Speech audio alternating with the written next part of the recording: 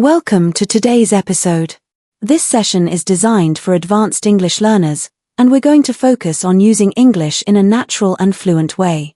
If you're at a C1 or C2 level, your goal is probably to express yourself clearly, confidently, and with a deep understanding of the language. In this episode, we'll explore how to share your thoughts on complex topics, connect your ideas smoothly, and use the right tone for different situations. Let's dive in. First, let's talk about explaining complex ideas. At this level, it's important to express yourself with more detail and precision. For example, if someone asks you about a memorable experience, instead of saying, "It was a good experience," you can say, "That experience taught me valuable lessons and helped me grow as a person." This shows not only what happened, but also why it was important to you. Adding detail like this makes your English more engaging and thoughtful. Next, let's focus on linking your ideas. When you talk about more advanced topics, it's useful to connect your sentences smoothly. Words and phrases like however, in addition, for example, and as a result are great tools for this. Imagine you're explaining why you enjoyed a trip. "I loved the city because it was full of history. For example, I visited an old castle that was over 500 years old. In addition, the people were very welcoming." Using these kinds of connectors makes your thoughts flow naturally and helps the listener follow your ideas. Now, let's talk about tone.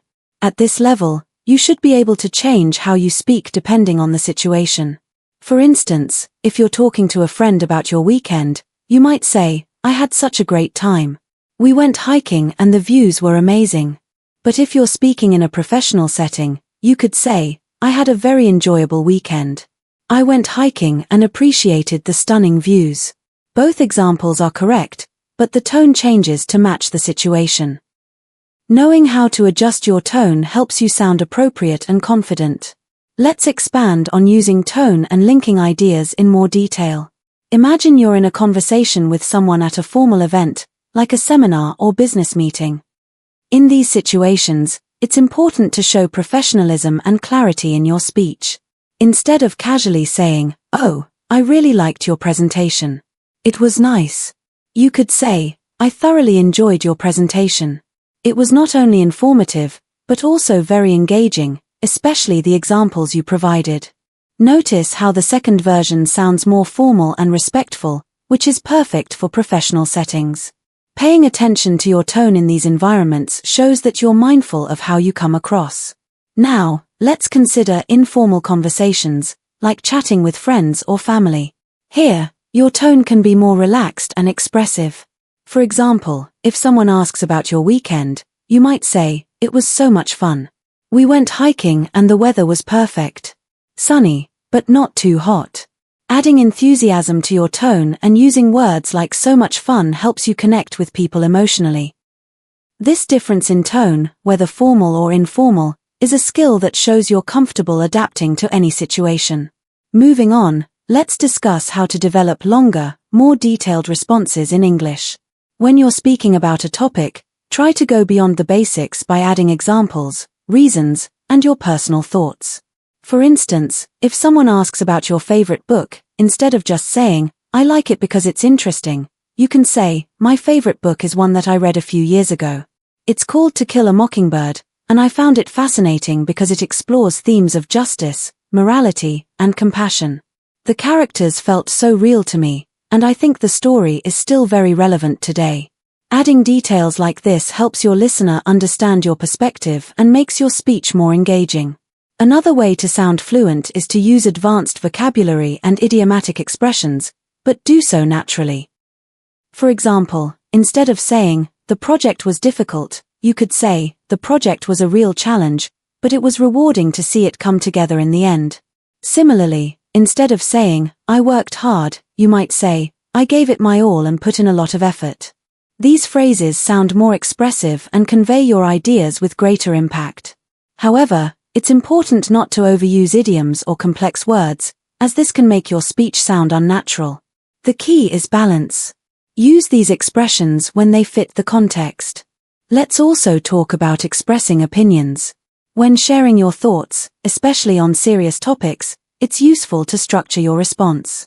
Start by stating your main idea, then explain why you think that way, and finally provide an example to support your opinion. For instance, if someone asks, "What's your opinion on working from home?"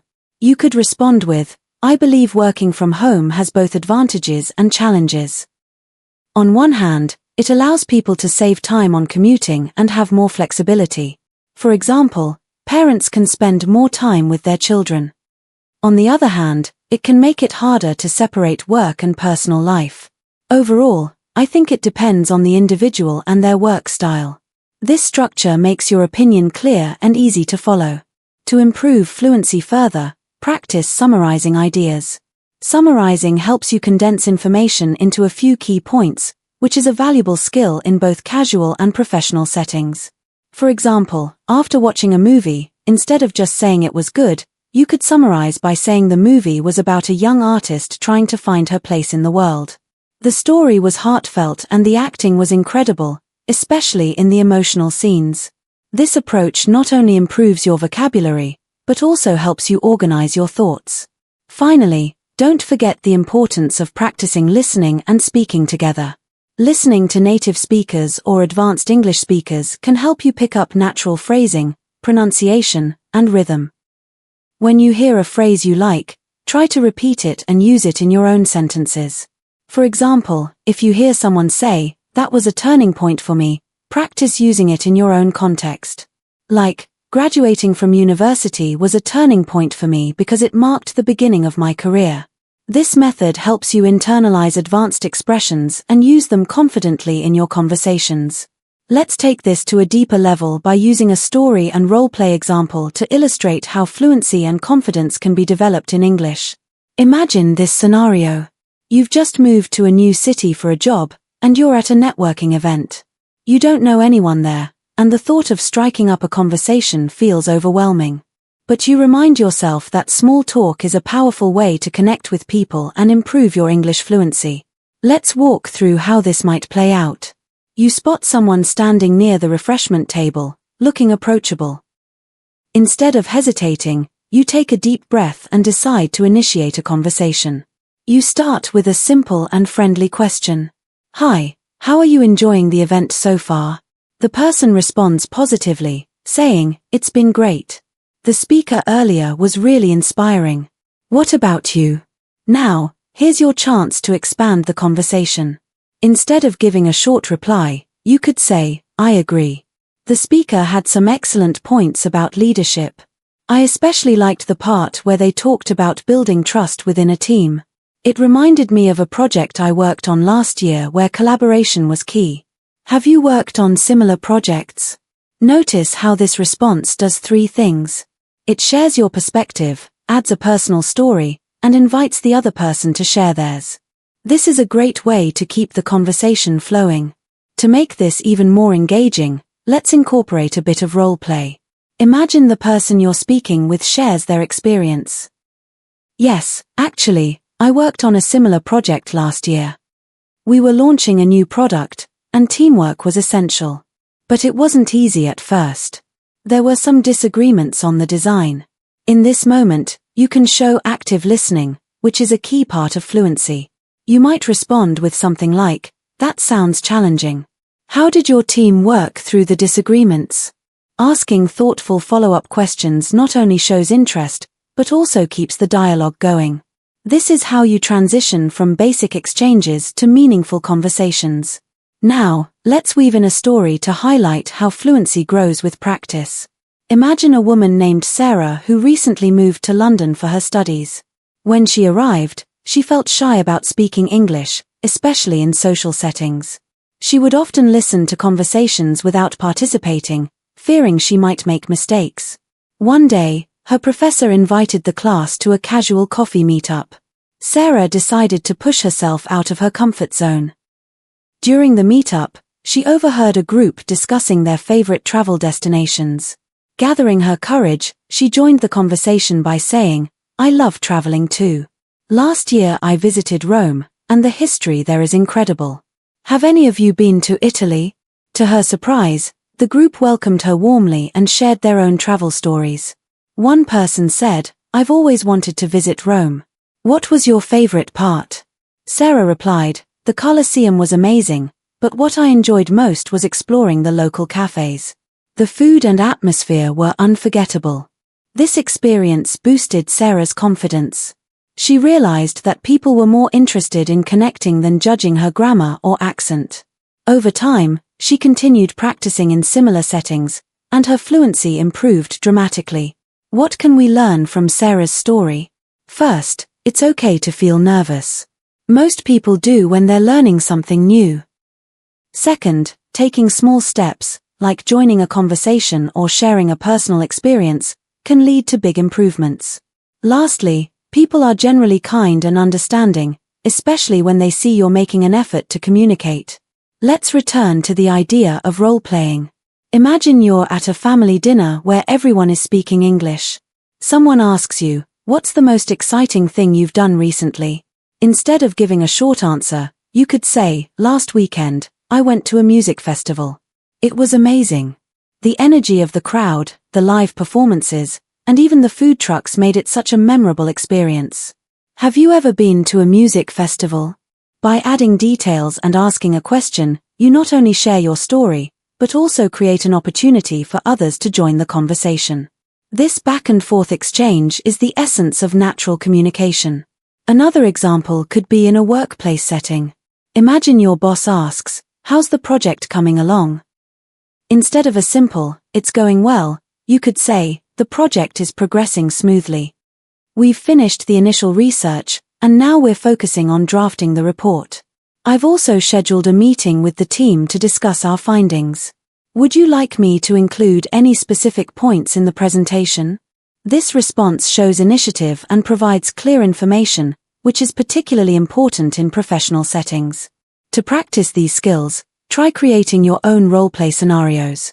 Think about common situations you might encounter, like ordering food at a restaurant, asking for directions, or discussing your weekend plans with a friend.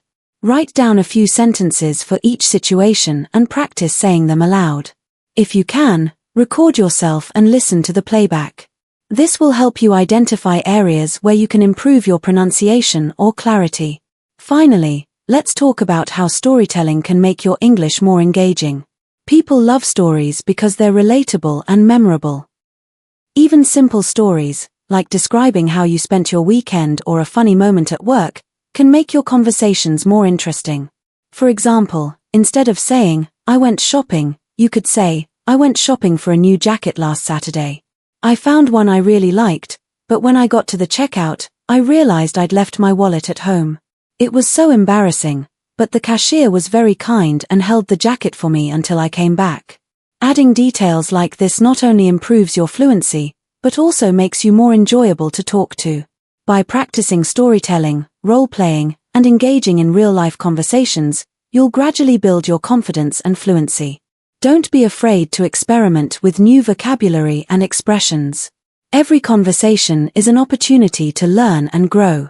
Remember, the key to fluency isn't perfection, it's persistence and a willingness to connect with others.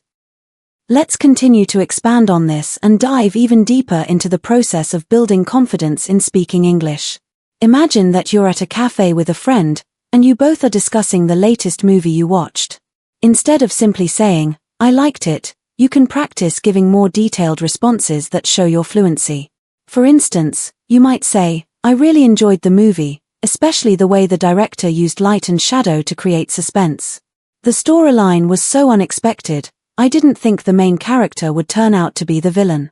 By offering more detail and sharing your opinions, you make the conversation more interesting and engaging. Let's role-play a situation in which you're trying to discuss a movie with a group of friends. Picture yourself in a group setting, at a party or gathering where everyone is talking about their favorite films. One person says, "I think superhero movies are overrated." This is your opportunity to jump in and give a more thoughtful reply.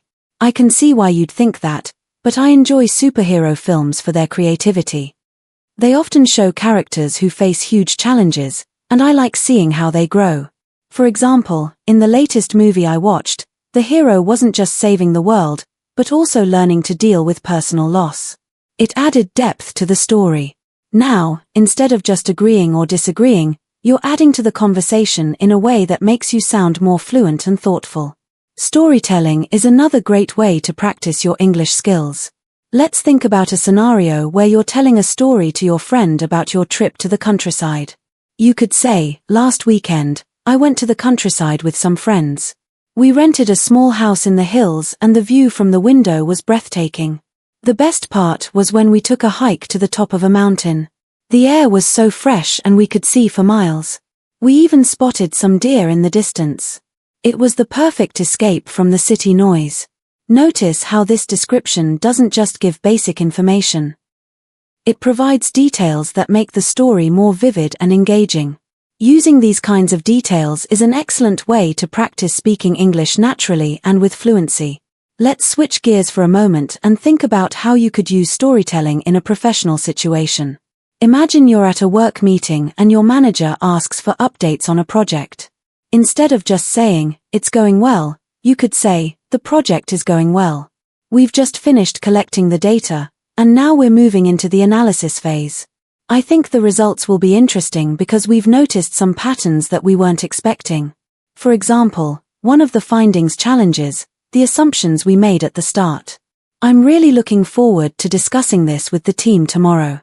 This response not only shows that you're confident in your work, but it also makes you seem more knowledgeable and engaged with the project. One of the biggest hurdles many English learners face is the fear of making mistakes. Let's imagine a scenario where you're at a work meeting and you want to say something, but you're worried it might not sound perfect.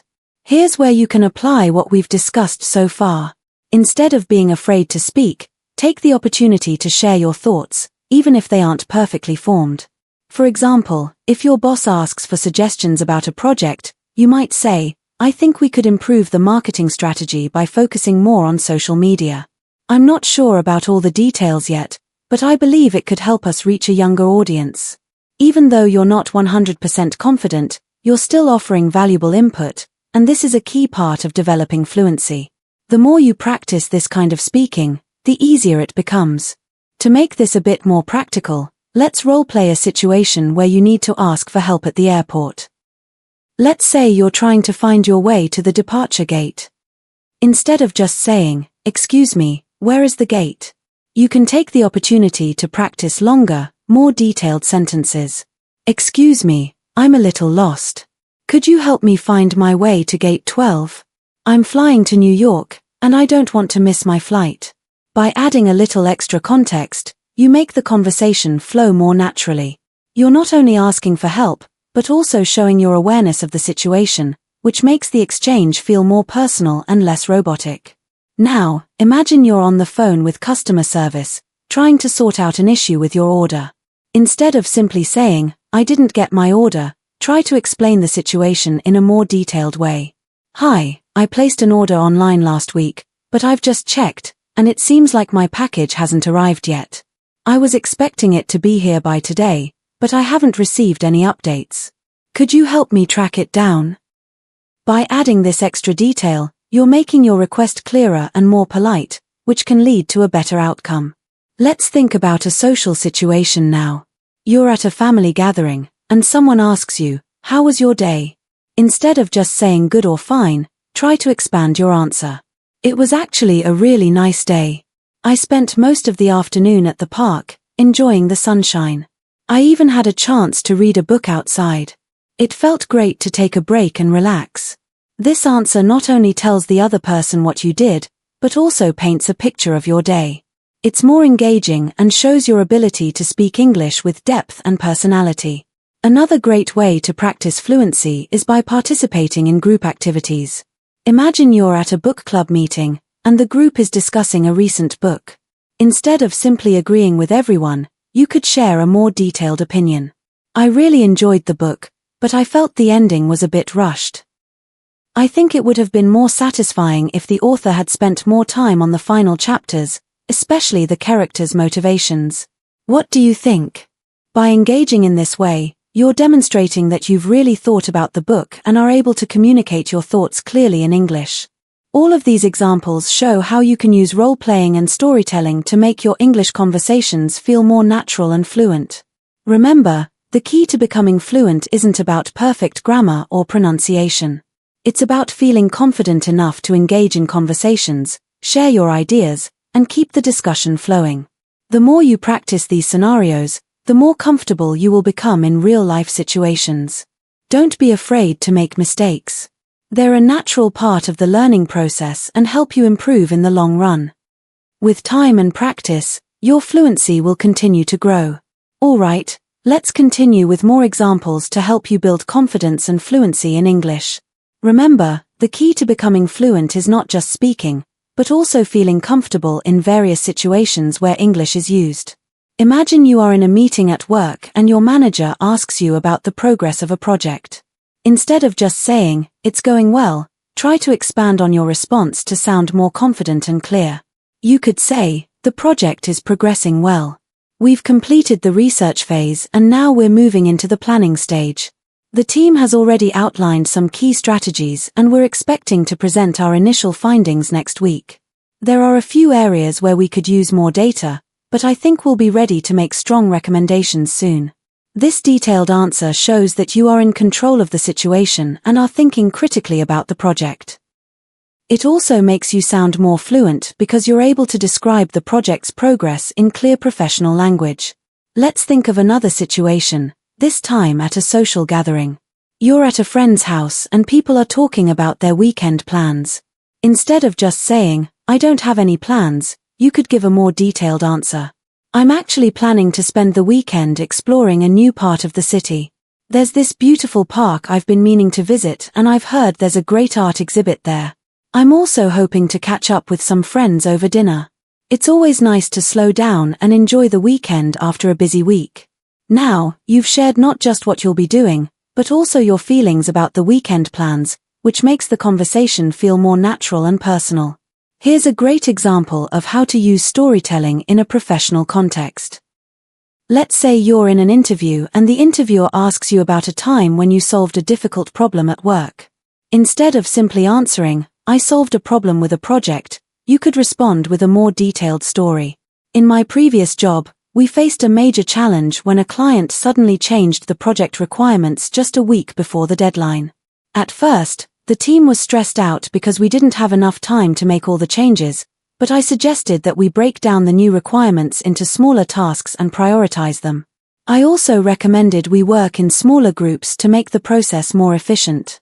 In the end, we were able to meet the deadline and the client was very happy with the result. It was a stressful experience, but it taught me a lot about time management and teamwork." By telling a story like this, you're not only showing your problem-solving skills, but you're also demonstrating your ability to communicate complex ideas clearly in English. Now, imagine you're telling a story to a friend about an exciting trip you took.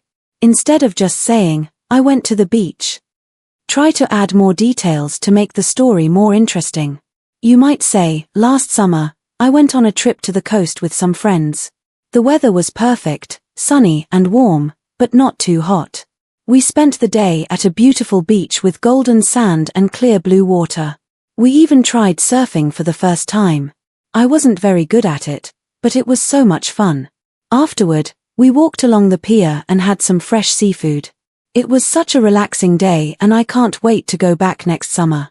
This response not only tells your friend about your trip, but it also paints a picture that allows them to experience it with you. It's a great way to improve fluency because you're giving a detailed, vivid response that sounds natural. In your daily conversations, you can also practice using descriptive language to explain things around you. Let's say you're at a restaurant and the waiter asks how you like your food. Instead of just saying, "It's good," you could give a more detailed response. "The dish is amazing. The flavors are well balanced, the chicken is tender and the spices are just right. I especially love the sauce. It has a rich, creamy texture with a hint of garlic that gives it a unique taste. I'm really enjoying it."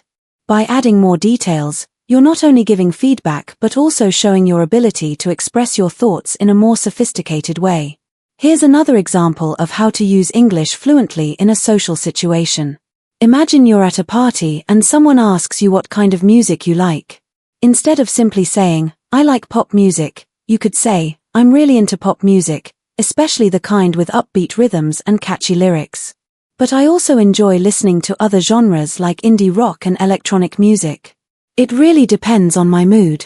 Sometimes I like to listen to something more relaxed like acoustic songs, but other times I'm in the mood for something energetic and fast-paced. This response not only tells the other person what you like, but also provides insight into your tastes and how they change, which makes the conversation feel more genuine and engaging.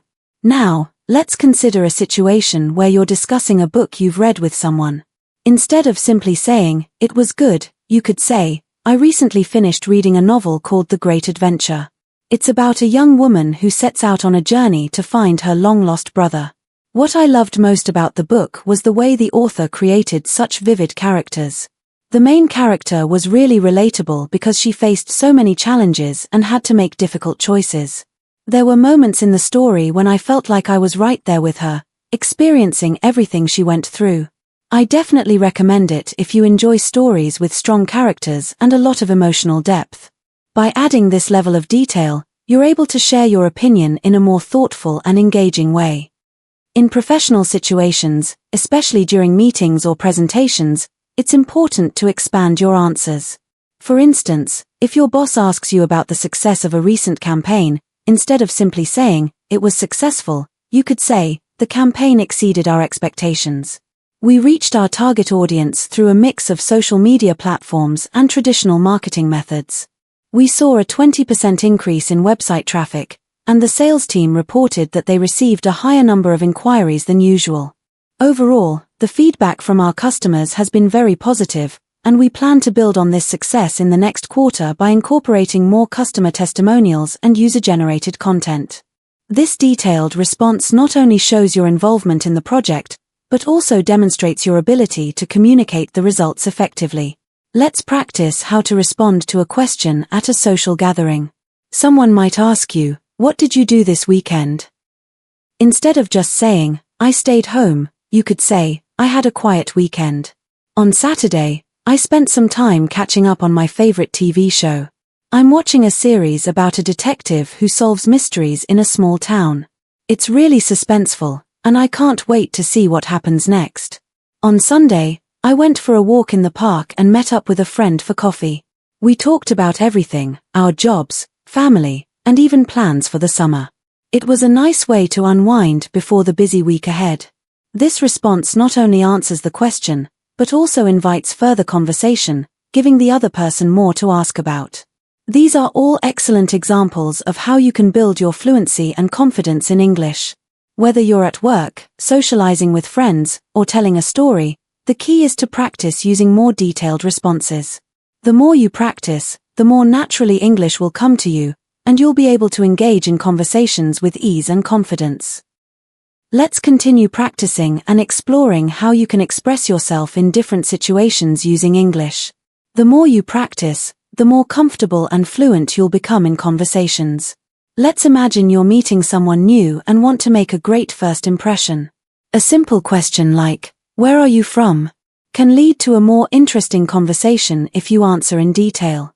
Instead of just saying, "I'm from London," you could say, "I'm from London, which is the capital of the United Kingdom.